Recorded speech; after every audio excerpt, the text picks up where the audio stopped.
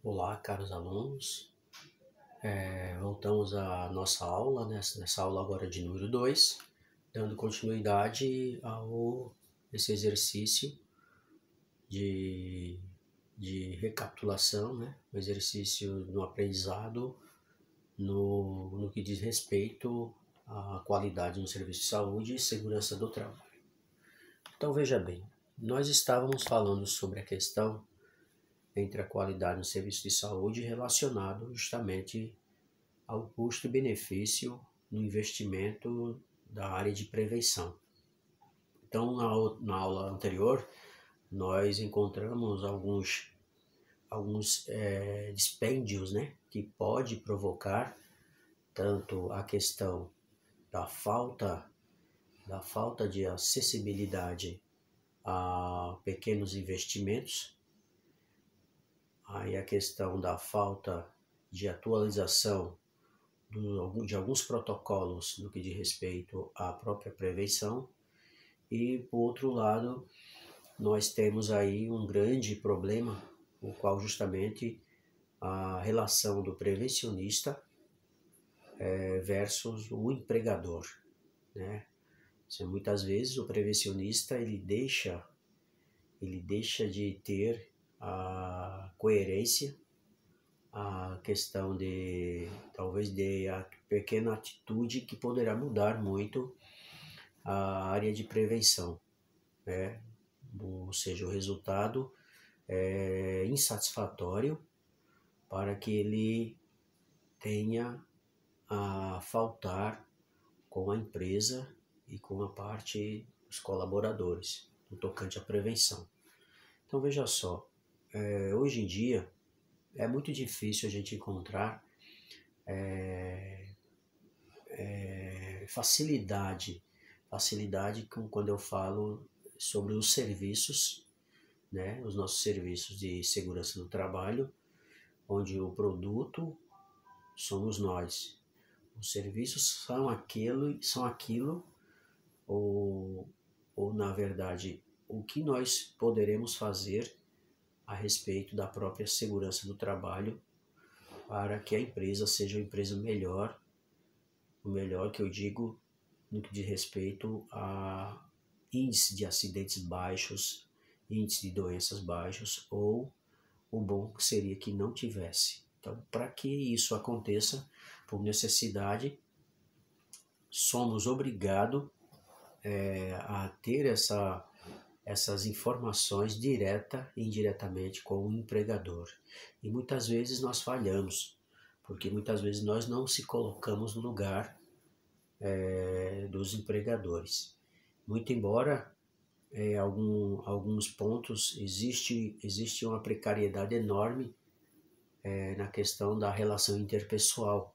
Isso muda muito, isso atrapalha muito na questão dos interesses e dos resultados em ambas as partes, tanto da empresa como do prevencionista. Logo após isso aí, esses fatos, nós vamos ver alguns exemplos de alguns empregadores, donos de empresa, que tiveram a sorte e mesmo assim alguns passaram desapercebido, onde a empresa cresceu muito e aí eles se tornaram parceiro de grandes colaboradores que se tornaram também grandes empresários no futuro. Então nós vamos aqui passar para a aula número 2, e aí nós temos aqui em vista a segurança do trabalho e qualidade de vida, como elas se relacionam. Então, meu nome é José de Arimatea, e aí nós estamos nessa segunda aula, justamente para mostrar para vocês essa relação de qualidade de vida no serviço de saúde e segurança do trabalho e qual é a relação dela com a prevenção, né? Então a gente vai aqui. Garantir a segurança dos colaboradores é uma questão crucial, ou seja, importantíssima, impreterivelmente, para a sua empresa. A adoção de medidas de segurança ajuda a reduzir os riscos à integridade física e psicológica de cada membro da equipe, o que pode trazer uma série de benefícios, não só para o trabalhador, mas também para a empresa como um todo. Aí nós temos aí uma grande, como se fala, uma grande satisfação, podemos até dizer, de alguns profissionais também que acreditam nessas mudanças, né? Muitas vezes o técnico em segurança do trabalho ele é muito explorático na questão de não ter essa acessibilidade, nem tampouco acreditar e começar a falar assim da empresa, que a empresa não presta, a empresa não gera benefícios para ninguém.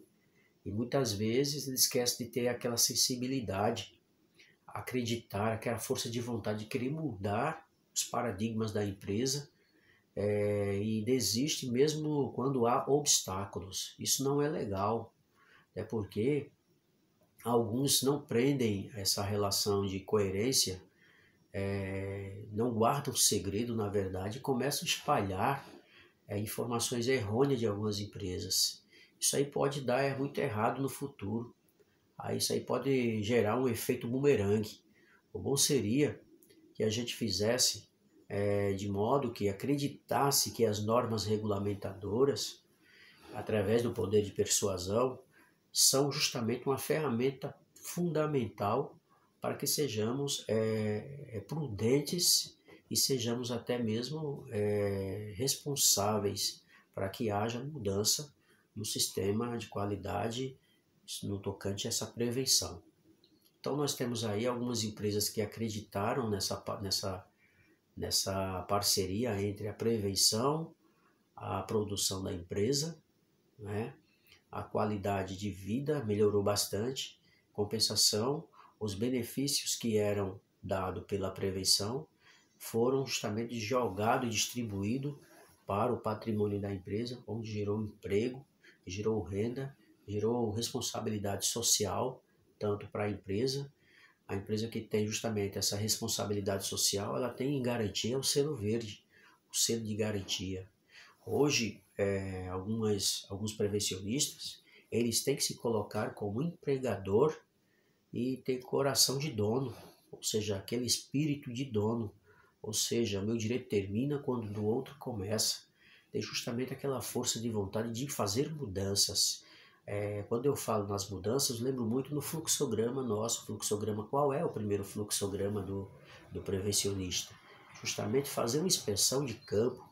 Isso aí vai ver tanto a parte industrial dos equipamentos, como máquinas, como a área de transporte, a área de logística, mas como também a parte do ser humano, aquele que vai modificar o patrimônio da empresa.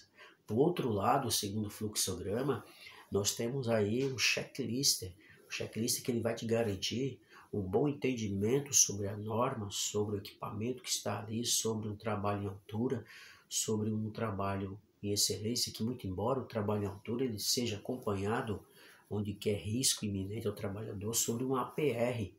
Então essa APR será inserida justamente nesse momento, assim como também outros momentos de risco, onde o trabalhador vai ficar exposto. O terceiro fluxograma é justamente uma própria AR, ou seja, uma análise de risco, um pouco parecida com a PR. A questão é que a análise de risco se faz diariamente, uma análise de risco de todas as partes industriais, de todos os motores da empresa que está gerando energia, que está gerando mão de obra, que está gerando produção, para que isso seja justamente modificado de maneira extraordinária, sem prejudicar os trabalhadores no tocante a acidentes. Então, assim, a gente tem uma grande parceria. Se você observar, a gente tem muita tarefa a ser compreendida dentro do chão de fábrica, dentro das indústrias, entendeu? Então, o que pode acontecer depois? Se a gente não fizer dessa forma, haverá uma montanha de gelo, ou seja, uma bola de neve. Isso aí vai gerar problemas, você vai esquecer da questão da tua coerência e vai justamente partir para um desafio diferente, que é justamente o desafio da prevenção, de fazer essa diferença e ter aí uma mão de obra como de fato qualificada, que na verdade vai se perder no meio do caminho por falta justamente de justificativa sua mesma.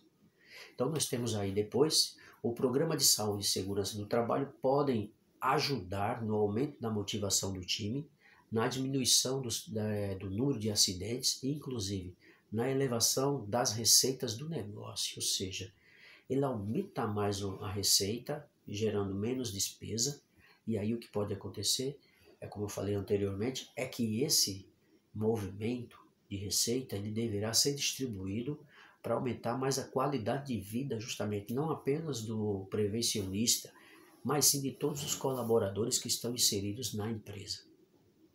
Além disso, o resultado podem ser potencializados e impactarem de forma positiva, tanto na vida profissional quanto a saúde e bem-estar fora dos colaboradores, sendo fora da empresa. Então, não apenas aí eu digo a respeito internamente, mas externamente. Isso aí vai mobilizar muito o meio social da empresa e o meio social da sociedade, da família, da comunidade. Então, gerando mais emprego, gerando mais renda, gerando mais uma aptidão para futuras gerações e até mesmo carreira profissional dentro da empresa. Né? Quem é que não quer ser grandes profissionais dentro de uma empresa, adquirindo experiência, adquirindo conhecimento no chão de fábrica, fazendo treinamento, fazendo DDS, participando da brigada de incêndio, participando de um programa do PCMAT, participando do PPRA ou do PGR, participando da administração do PCMSO, dos médicos do trabalho, dos enfermeiros do trabalho, do auxiliar de enfermagem do trabalho, enfim, coisa desse tipo. Então nós temos aí, quer saber mais sobre esse assunto? Então continue lendo e tire suas principais dúvidas sobre esse assunto no decorrer desse treinamento, dessa aula. Ações de saúde e segurança do trabalho que contribuem para a qualidade de vida no trabalho. Uma das principais são satisfação pelo trabalho, tá?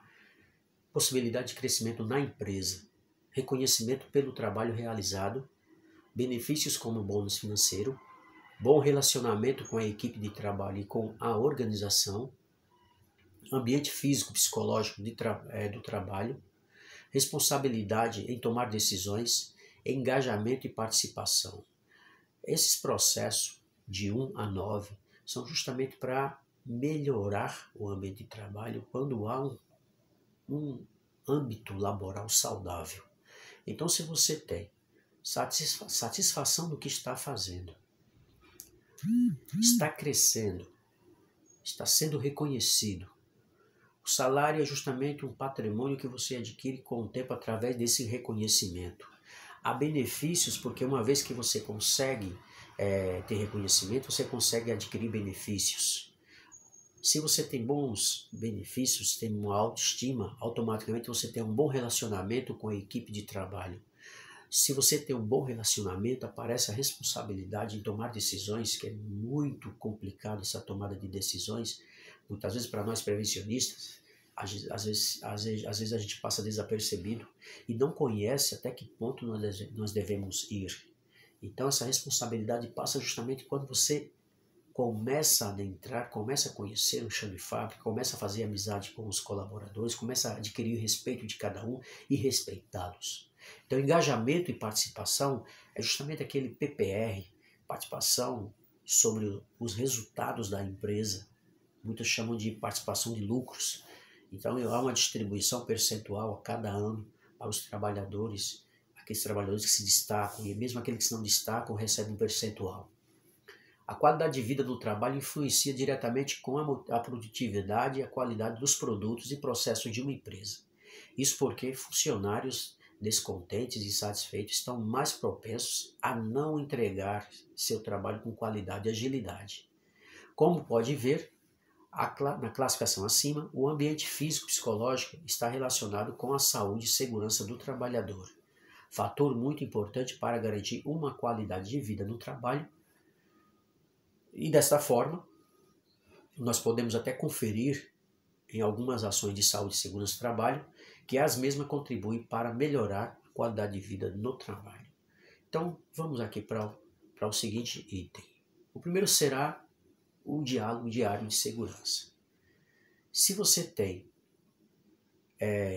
o fluxograma, como eu falei para vocês, uma inspeção setorial, uma inspeção de campo, um checklist a ser feito isso diariamente, uma análise de risco a ser feito diariamente, você vai blindar toda a capacidade de existir um acidente, incidente, até mesmo as doenças ocupacionais. Então, se nós temos aí esses fluxogramas, e aí a gente incrementa mais ainda com a questão do diálogo diário de segurança, que é um DDS, isso feito caso a empresa se interesse semanalmente, diariamente, a cada 3 dias, a cada 4 dias, vai depender muito da organização entre você e o seu encarregado, o seu supervisor, até mesmo com a diretoria. Então, essas reuniões, como o DDS, costumeiramente, é destinada a despertar no colaborador a conscientização envolvendo suas atividades diárias. Essa em respeito à sua segurança, meio ambiente, saúde e qualidade. Esse procedimento está ligado também ao desenvolvimento do relacionamento com sua equipe e organização. Por outro lado, a gente tem aí a questão da ergonomia. Não passa mais a ser um fluxograma, mas a ergonomia passa a ser uma interação de acordo com cada risco que você tem na empresa. Então vejamos aqui o que ela diz.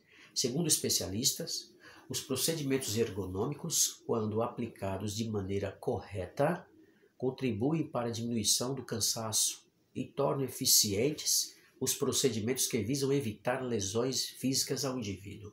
Você pode até agregar a parte da ergonomia justamente no momento das palestras, da capacitação, de uma pausa ativa, né? Quando eu falo na questão da pausa ativa, me coloco muito no lugar das pessoas que trabalham diariamente ligados a problemas relacionados à LER, à DORT, que podem ser adquiridas ao longo do tempo, até a síndrome de burnout. E aí nós temos aí também a ergonomia como primordial para ser adjacente a essas ações que está dentro do PPRA, está dentro do plano de ação da CIPA, pode estar também dentro do plano do PGR e pode estar também dentro do plano do PCMSO, Programa do Controle Médico e Saúde Ocupacional. E a gente repete lá embaixo a questão da inspeção de segurança. Por quê? Porque um objetivo principal dessas inspeções de segurança é detectar as possíveis causas que propiciam a ocorrência de acidentes, visando tomar ou propor medidas que eliminem ou neutralizem os riscos de acidentes de trabalho. Detectando os riscos e tomando medidas preventivas, o trabalhador pode executar suas tarefas de forma segura e tranquila com qualidade. Então nós temos aí as inspeções setoriais, elas visam justamente blindar o trabalhador contra alguns sinistros. É como se fosse um bandido que estivesse ao redor do trabalhador e quisesse assaltá-lo. Então, as inspeções setoriais, as inspeções de campo, é justamente para blindar, detectar algum risco, algum manifesto sobre alguns sinistros que pode causar acidentes de trabalho. E aí nós temos de novo um subitem que ele diz respeito sobre a questão da própria prevenção no tocante à qualidade de vida.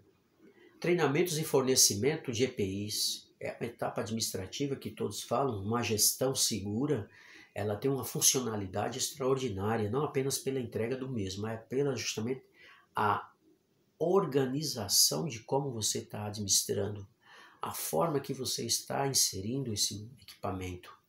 Então, a comissão interna de prevenção, que é justamente os olhos do prevencionista, aqueles prevencionistas de maneira da CIPA, de maneira de prevencionista, eles vão observar que tipo de sinistro, que tipo de incidentes pode provocar os acidentes, como deverá fazer as reuniões ordinárias, como deverá fazer as reuniões extraordinárias, muito embora essas reuniões sejam feitas a cada momento, a cada princípio que houver fora dessas reuniões ordinárias. Então se tornam reuniões extraordinárias. O programa de conscientização à saúde, como exemplo, programa de orientação nutricional, de combate ao alcoolismo, tabagismo e outras drogas. No caso do PCMSO, esses programas, esse trabalho de conscientização através de palestras vai estar dentro do cronograma das ações, assim como também, se tiver o PCMAT, também vai estar dentro do PCMAT e assim por diante. Quem pode ministrar esses treinamentos? Você como técnico de segurança do trabalho. Nós como prevencionistas, além de você não puder fazer esse trabalho, contrate ou contacte uma empresa para que a mesma seja capacitada com trabalhadores excelentes, de acordo com a qualidade do serviço de segurança do trabalho, para cuidar da saúde do trabalhador e anexar e agregar valor à empresa. E aí nós temos alguns exemplos aí, justamente como primeiro item lá, o treinamento sobre o conhecimento dos EPIs, ou segundo, a Comissão Interna de Prevenção de Acidentes, a gente tem um modelito ali justamente com alguns trabalhadores, como discipeiros. E o terceiro item, a questão do gerenciamento do programa e de participação de todos através da conscientização segura, justamente sobre a saúde. A gente vê a participação dos colaboradores, incluindo também a diretoria. E aí nós temos uma relação entre trabalhador e entre empregador. Por que às vezes acontece algo diferente do contrário que nós estamos vendo aqui? É porque certamente a gente não consegue ter ainda esse coração de dono. Então, quando o prevencionista passa a ter um coração de dono, cuidar mais da saúde dos trabalhadores, cuidar mais assim da compra dos equipamentos de proteção individual, cuidar mesmo da parte do checklist, ser mais coerente, ser mais participativo, ser mais blindador, vamos dizer assim, no controle desse sinistro, como acidentes e incidentes, até mesmo doenças ocupacionais, ele passa a ter uma série de transformações importantíssimas que vai elevar ele e vai justamente mostrar que ele não é apenas um prevencionista, ele faz parte da empresa como coração de dono. Agora, sempre ter coração de dono dentro da empresa é justamente ter empatia, se colocar no lugar de todos, ter o coração do empregador, ter o coração do empregado também, se colocar no meio deles, ser um mediador entre o trabalhador e o empregador. Então, como vimos no conteúdo técnico e tecnológico, e hoje, na atualidade, não existe um excelente profissional, seja ele qual for, sem haver ou haja condições de qualidade de vida no trabalho. Uma vez que estes mesmos profissionais haverão de atender através de seus serviços e prestadores com atribuições onde há precariedades no ambiente de trabalho no sentido geral das entidades, seja ela privada ou pública. As empresas que trabalham com empatias aos colaboradores são as que há crescimento administrativo e financeiro, assim como também crescimento aos colaboradores, resultando de profissionais saudáveis no âmbito ambiental e laboral. A gente tem aí uma relação importantíssima, coloca aí o Silvio Santos como dono do baú, né, do grupo Silvio Santos, ele como essa empatia, essa colocação como um grande empresário, e alguns profissionais também dando exemplo, colaboradores satisfeitos, alguns fazendo ginástica laboral, né? Outra coisa interessante também é a pausa ativa, é uma pausa ativa, uma pausa com atividade dentro do trabalho, significa. Então a pausa ativa é muito importante para aumentar mais o estímulo das pessoas, dar uma qualidade de vida no serviço, dar uma qualidade de vida no trabalho, uma qualidade de participação, uma qualidade de produção. E aí nós temos de novo o grupo Silvio Santos, debaixo aqui alguns empresários. O terceiro empresário aí é o Dr. Josias Hinojosa, do grupo Super Gesso. Isso aí é meu ex-patrão, né? É um ótimo patrão que eu tive. Então, assim, eu quero colocar esses profissionais como justamente que já foram, na época, trabalhadores igual a gente, né? Alguns foram até vendedores ambulantes, no caso do Silvio Santos, no caso do Dr. Josias Hinojosa, ele era um trabalhador do grupo Rede Compras na época e se tornou um grande empresário, montando uma empresa de calçado de segurança, a qual eu trabalhei. E aí, como ficou de fato um legado, né, da maior mineradora de gipsita do país, que fica localizado em Araripina. Quero colocá-lo como justamente um exemplo de um grande empresário, que foi um grande empresário. Hoje quem está tomando é o grupo Nojosa, sendo os filhos. Então aí a gente tem essa relação de confiança entre o empregado e o empregador. Já foi o tempo em que o relacionamento entre empregador e empregado serve para nós como prevencionista. Presta atenção, hein? Já foi o tempo em que o relacionamento entre empregador e empregado era visto como uma guerra de forças, gente. Isso é muito perigoso, muito chato, muito deselegante para a gente que está de frente, para a gente que tenta ser o mediador. Às vezes puxa muito o lado do patrão, às vezes puxa muito o lado do funcionário. Não pode. Nós devemos ser um mediador. A qualidade de serviço de saúde nossa, ou de segurança, é isso aí.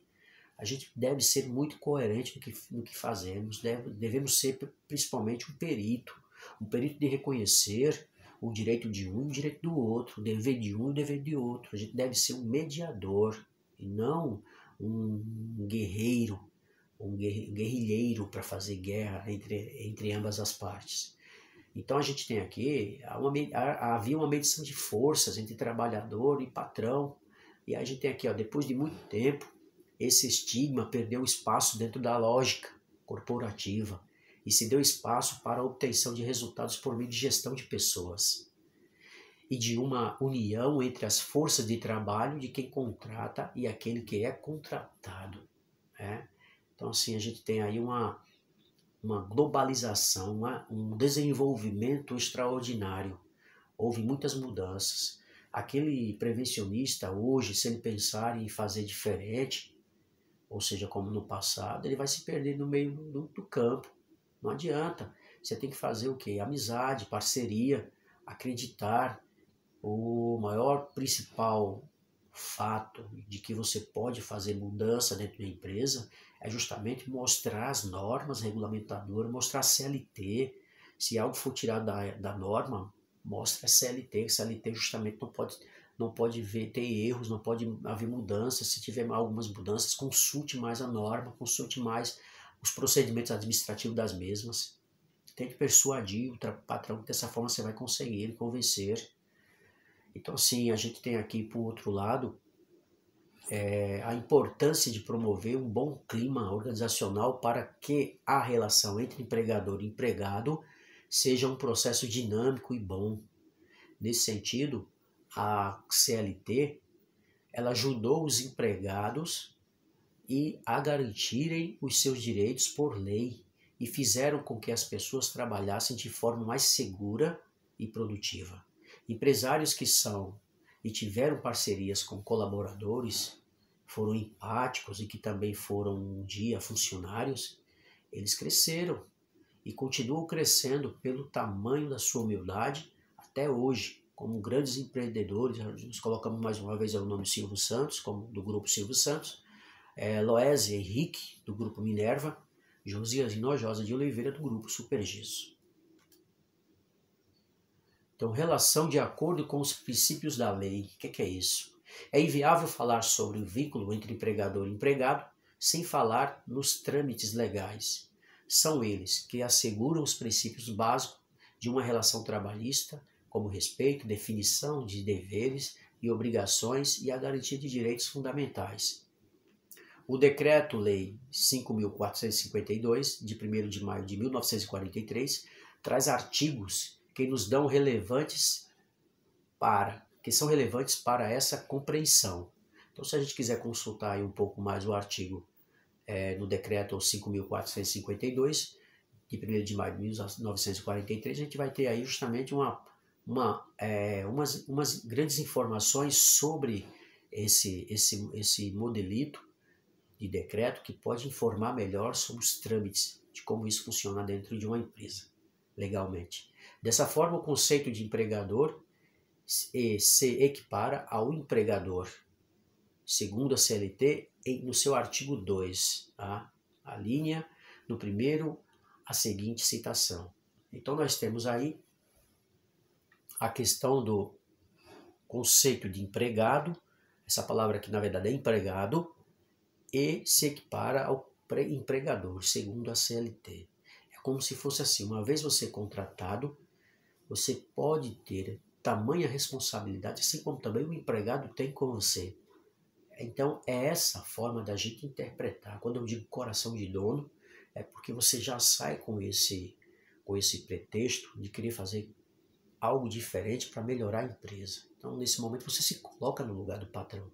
Você se coloca no lugar dos empregados, tá? Dos colaboradores, como dado nos tempos de hoje. Então, no artigo 2º, considera-se empregador a empresa, individual ou coletiva, que, assumindo os riscos da atividade econômica, admite, assalaria e dirige a prestação pessoal de serviço. Né? Então tem tamanha responsabilidade o empregador. Então no artigo lá, no item 1º, equiparam-se ao empregador, para os efeitos exclusivos da relação de emprego, os profissionais liberais, as instituições de beneficência, as associações recreativas e outras instituições sem fins lucrativos que admitem trabalhadores como empregados. O conceito de empregado, por sua vez, é descrito, segundo a legislação trabalhista, no seu artigo 3º da CLT, da seguinte maneira. No artigo 3º a gente vê aí: considera-se empregado toda pessoa física que prestar serviço de natureza não eventual a empregador, sob dependência deste mediante o salário. Então, não eventual. Então, diariamente, o trabalhador vai prestar esse serviço. Como estabelecer um bom relacionamento entre empregadores e empregados? Vai a dica para vocês aí. Tá? Com as leis garantidas estabelecidas entre as partes, a relação entre empregado e empregador tem que usar de respeito mútuo, o zelo e o cuidado especial em tudo que envolve a dignidade do contratado, do colaborador. Da mesma forma, o empregador deve apresentar a postura de um verdadeiro líder, de autoridade e não de autoritarismo. Olha que coisa interessante. O empregador deve apresentar a postura de um verdadeiro líder, de autoridade e não de autoritarismo. Você imagina o que pode modificar o sistema de uma empresa quando o empregador pensa diferente do que está escrito, né? Carrasco, inflexível. Dentro desta relação é preciso saber se impor, dialogar, ser diplomata, para que a sua autoridade seja respeitada, acolhida por todos em função do respeito. É preciso também investir no diálogo para que as relações empregador-empregado seja, antes de tudo, harmônica. O empregador precisa entender os limites de seus subordinados, observar as suas habilidades e competências, entender onde os potenciais serão melhor encaixados dentro da empresa. Pensando nisso, fiz uma lista com algumas dicas para você estabelecer uma boa relação entre empregadores e empregados dentro da sua empresa. Confira. Some as forças de trabalho, não diminua. Para que esta relação dê certo, a responsabilidade é 50% do empregador e 50% do empregado. É necessário estabelecer um vínculo de parceria, transparência e cumplicidade, e que cada um saiba o que tem o que fazer para juntos chegarem a um objetivo comum. Olha a relação entre empregador e empregado. Cada um faz a sua parte para a empresa prosperar. Líderes devem assumir postura de líder. É a partir do comportamento do empregador que as relações se iniciam. Ele é o maior influenciador de comportamento. Lembre-se de sempre que os líderes são que os funcionários se sintam honrados. Lembre-se sempre que os líderes são extremamente influentes e possuem verdadeiros exércitos de seguidores sob o seu comando. É importante que os seus funcionários se sintam honrados e felizes ao desempenharem as suas funções, desde o processo de recrutamento até a contratação. Né? Quais são os seus valores e qual é a cultura da sua empresa? A gente vê muito isso na integração, né? A gente faz a hora de serviço, apresenta a empresa ao trabalhador, ao colaborador, ele vai junto lá, observa os riscos ambientais, depois ele diz o sim, a gente entrega diretamente ao encarregado, o encarregado mostra para ele que tipo de atividade ele vai fazer, depois volta de novo para o SESMIT, e aí a gente caminha a recursos humanos para a documentação e os atestados de saúde, esses trâmites que tem dentro da lei, no caso da medicina do trabalho, segundo o PCMSO. E aí depois sobre o regime seletista, no caso de contratação efetiva. E aí a gente tem aqui justamente a cultura da empresa, né? Anteriormente, como eu havia pulado, o segundo item aqui diz assim, deixe claro quais são os valores da sua empresa. É fundamental que o empregador deixe claro, desde o processo de recrutamento e contratação, mais uma vez, quais são os seus valores e qual é a cultura da sua empresa.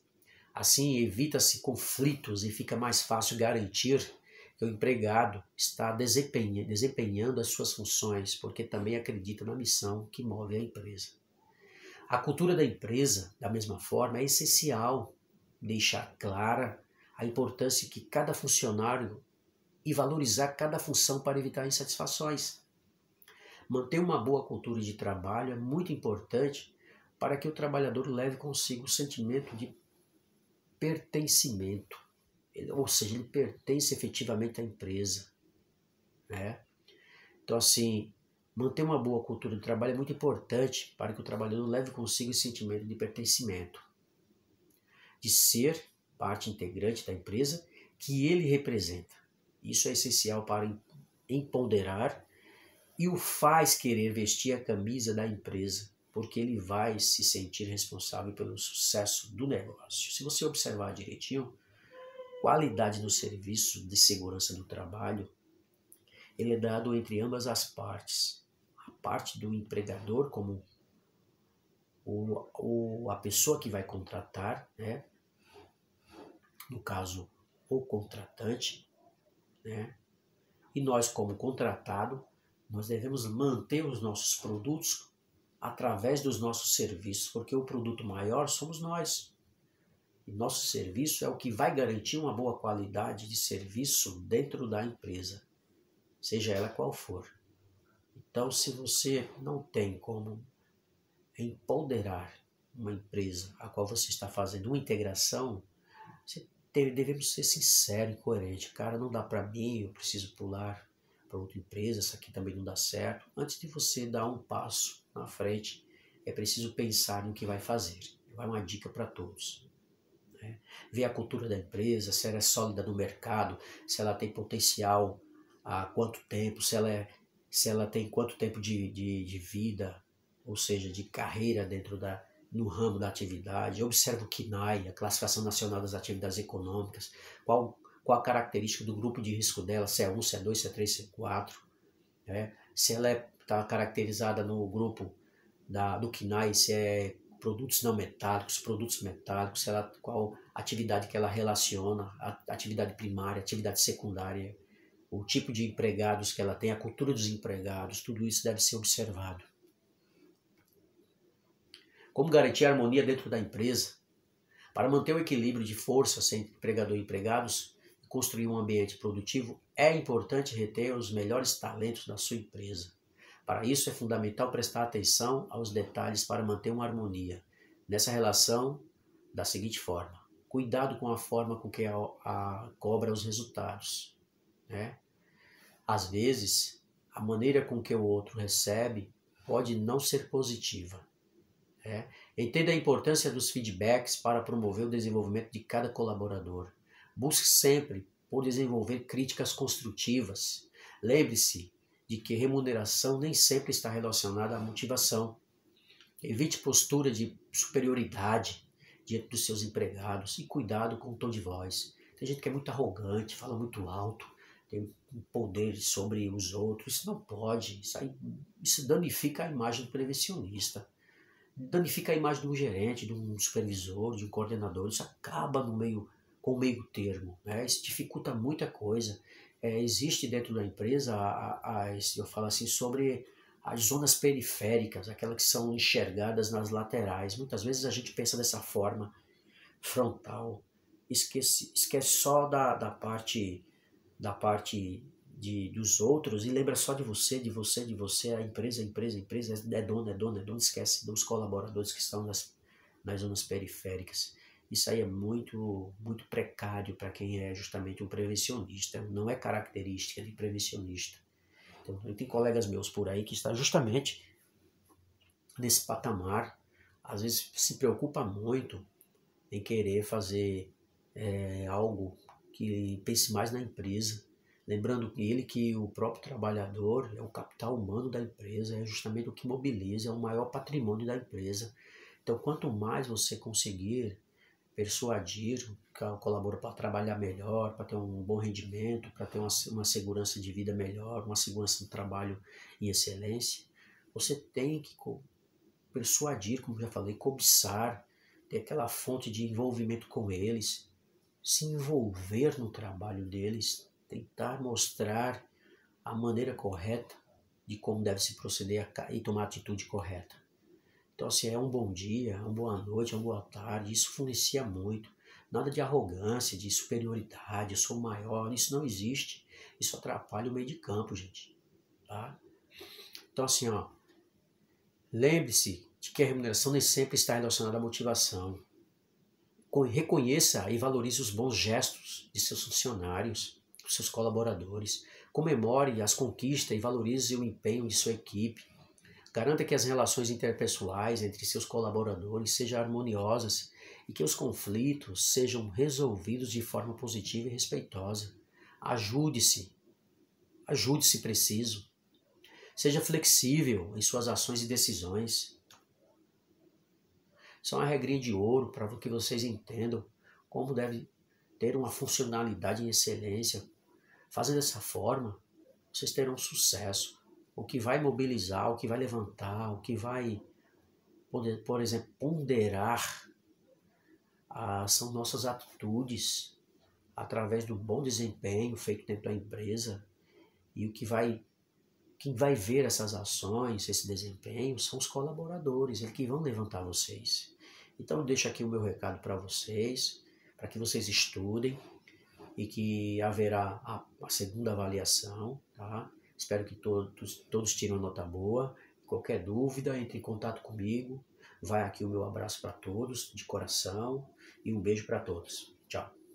Fique com Deus.